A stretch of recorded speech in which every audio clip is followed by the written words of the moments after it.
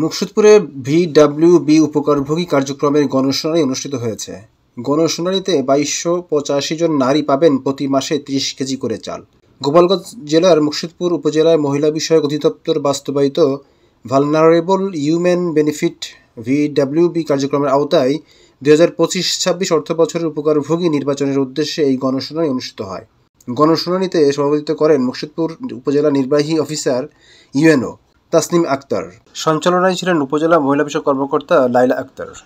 আরও উপস্থিত ছিলেন উপজেলা তথ্য কর্মকর্তা শতাব্দী বিশ্বাস, মুকসুদপুর প্রেস ক্লাবের সভাপতি মোহাম্মদ সিরু মিয়া সহ অন্যান্য।